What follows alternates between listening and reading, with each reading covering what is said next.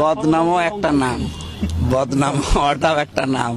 আমরা যে প্রচার করতে পারি না, ওরা বদনাম করে সেই প্রচারটা করে দিচ্ছে। আমার মনে হয় প্রচার করতে কয়েকশো কোটি টাকা আমাদের খরচ হচ্ছে, তো ওরা নিজেরা যখন করে দিচ্ছে তো ভালো। এ দোষ যেহেতু আমার নেই, কারণ এই দোষ যদি থাকতো তাহলে সেই 11 সাল থেকে এই 25 সাল পর্যন্ত তারা দোষ দিত না। এতদিন তো কেউ কিছু বলে নাই। এই নমিনেশন ঘোষণা দিয়েছে মে মাসের 5 তারিখে। এরপর থেকে যে এই যে মানে আগা নেই মাথা নেই, আগের কাটিং পরের কাটিং, 1.5 মিনিট 2 মিনিট যা আরম্ভ করিস, মানুষ এখন বুঝে ফেলেছে।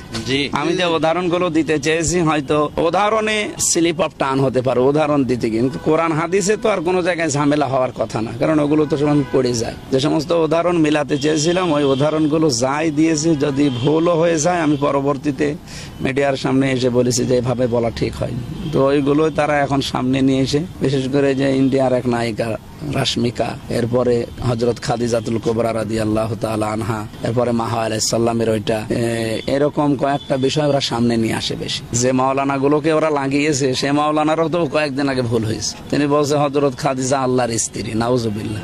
এ কথা বললে কারো ঈমান থাকে?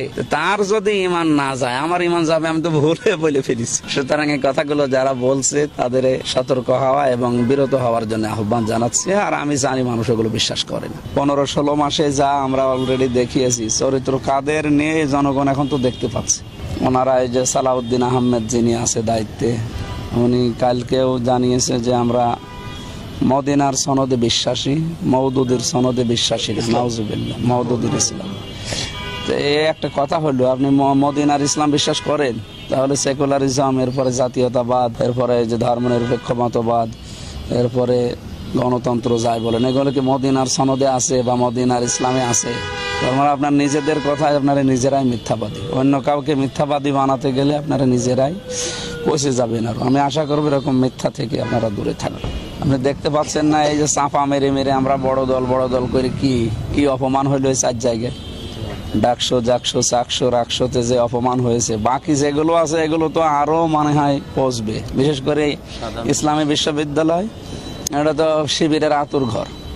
আর ওদিকে যা মনে হয় জগন্নাথে দেবে, ওখানেও আশা করছি এই অহংকারে তাদেরকে ডোবাবে।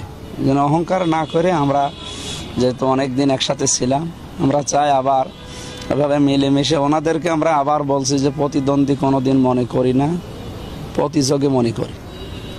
আমরা আসবো, ওনারা প্রতিযোগিতায় লিপ্ত হোক, আল্লাহ যাকে কবুল করে সে হবে।